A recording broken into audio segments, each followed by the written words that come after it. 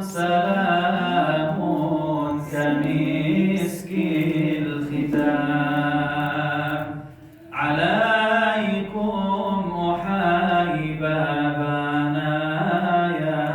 كرام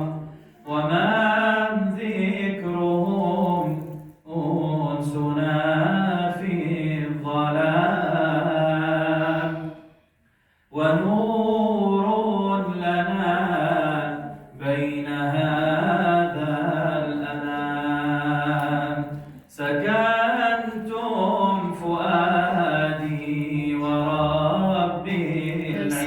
العباد وأنتم منائي وأقصى المراد فهل تسعدوني بصفو الوداد وهل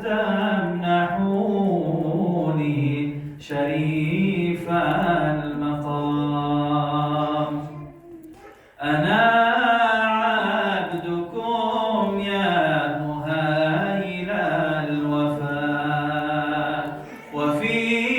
قربكم مرهمي والشفاء فلا تسقموني بطول الجفاء ومنوا بوصل ولو في المنام أموت وأحيا على حبكم وذلي لديكم وعزي بكم وراحة روحي رجاء قربكم وعزمي وقصدي إليكم دوام إذا مر بالقلب ذكر الحبيب ووادي العقيق وذاك الكثير يميل كميل القضيب الرطيب ويهتز من شوقه والغرام أموت وما زرت ذاك الفناء وتلك الخيام وفيها المنى ولم أدن يوما مع من دنا للثم